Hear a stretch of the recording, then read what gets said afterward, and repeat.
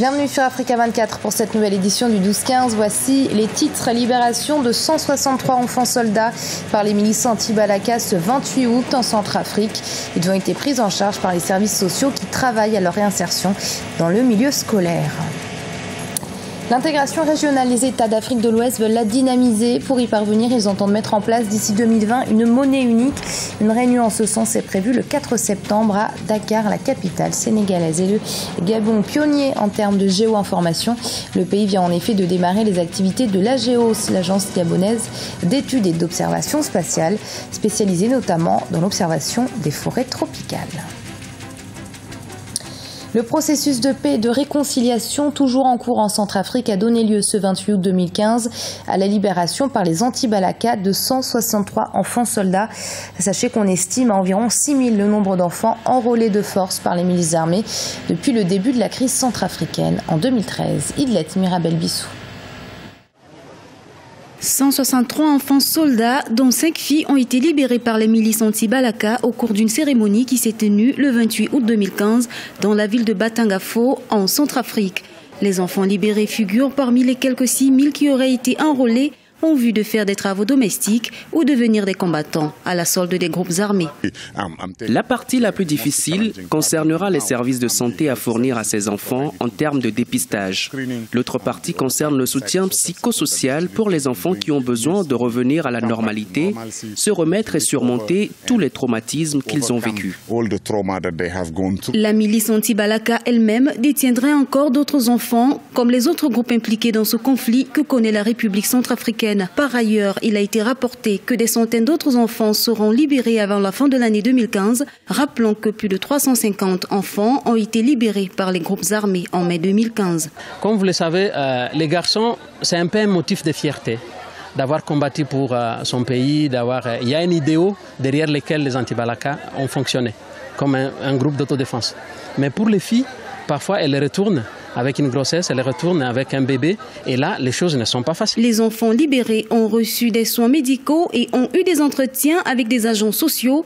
Ils ont ensuite été conduits dans un centre de transition où ils sont pris en charge. Ils seront réintégrés à l'école ou inscrits pour suivre une formation professionnelle. C'est ce mardi 1er septembre qu'Akinwumi a décidé à prendre à ses fonctions de président de la Banque africaine de développement.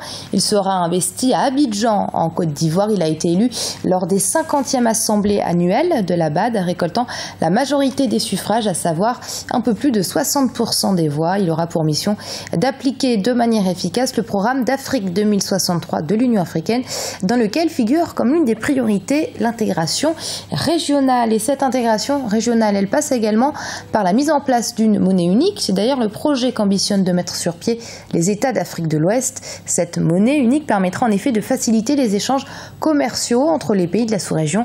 Mais les efforts à fournir pour y parvenir sont encore nombreux. Idlet Mirabel-Bissou.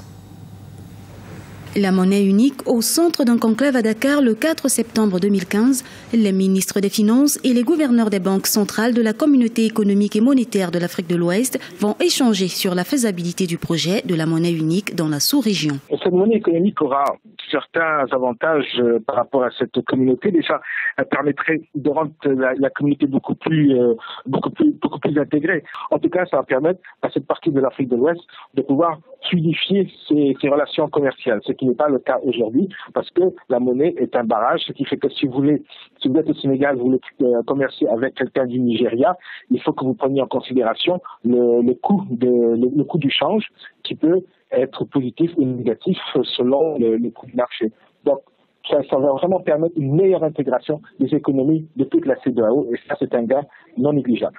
Cette rencontre interviendra après la réunion du comité technique de suivi des politiques macroéconomiques de la CEDEAO ouverte depuis le 31 août 2015. Le comité technique passera en revue jusqu'au 2 septembre 2015 les performances économiques des États membres en 2014 et analysera les progrès réalisés. Même si la monnaie unique se présente comme une intégration monétaire réussie, les États devront s'entendre sur certaines normes pour atteindre les objectifs économiques prévus dans la sous-région. Il faut qu'il y ait un caractère symétrique dans l'absorption des chocs économiques dans les pays, et ça ne va pas être simple.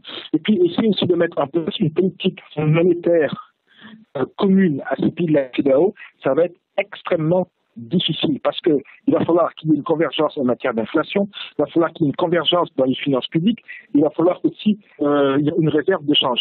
Or, aujourd'hui, on voit très bien que les pays africains sont les pays qui sont déficitaires, donc les comptes des finances publiques ne sont pas tous, on ne pourrait pas dire qu'ils répondent tous aux mêmes normes de qualité que ça devrait être. Donc il va falloir que tous ces pays acceptent de rentrer dans les normes en termes de finances publiques, qu'ils acceptent de contrôler l'inflation. L'état de la mise en œuvre des décisions prises par les chefs d'État dans le cadre de l'accélération du processus de réalisation de la monnaie commune dans la zone CEDEAO en 2020 sera rendu public après le conclave de Dakar le 4 septembre 2015. L'intégration monétaire ouvre des perspectives économiques remarquables, notamment dans les domaines des échanges commerciaux entre les pays et le développement des infrastructures transfrontalières. Aucun nouveau cas d'Ebola n'avait été détecté au cours des 3 dernières semaines en Sierra Leone. Alors que le pays se pensait débarrassé de l'épidémie, les prélèvements d'une femme décédée le 28 août dans le nord-ouest ont été testés positifs au virus. Les autorités ont identifié une 50aine de personnes ayant été en contact avec la victime. Les activités de l'agence gabonaise d'études et d'observation spatiale ont été lancées ce samedi 29 août à la zone économique de Nkok. Cet outil couvre un cercle de réception de plus de 2800 km englobant 23 pays africains. Son domaine d'action, l'observation des forêts tropicales et du domaine maritime. Reportage de notre correspondant au Gabon, Douglas Toutoum. Le président Ali Bongo Ondimba a officiellement lancé les activités de l'AGEOS, Agence gabonaise d'études et d'observation spatiale, le 29 août 2015 à la zone économique de Nkok. L'AGEOS a pour mission l'observation des forêts tropicales et des territoires marins. Elle entend stimuler la production de connaissances scientifiques et des services innovants pour une gestion durable des écosystèmes. La cérémonie de lancement a vu la participation de Ségolène Royal, ministre française de l'écologie, et de la secrétaire générale de la francophonie. Monsieur le Président de la République, dans ce monde interconnecté où toutes sortes d'informations circulent à grande vitesse, la qualité des données sur lesquelles reposent les décisions constitue un enjeu stratégique majeur. Il était donc utile que notre pays dispose d'un mécanisme robuste et fiable pour produire l'information sur laquelle reposera désormais l'élaboration de nos politiques publiques. Grâce à la GEOS, le Gabon devient le cœur africain d'un réseau mondial de géo-information. L'agence couvre un cercle de réception de plus de 2800 km, englobant 23 pays africains, à savoir le bassin du Congo, une partie des forêts de l'Afrique de l'Ouest et la totalité du golfe de Guinée. Le Gabon dispose dorénavant d'un outil exceptionnel pour l'observation des forêts tropicales et du domaine maritime.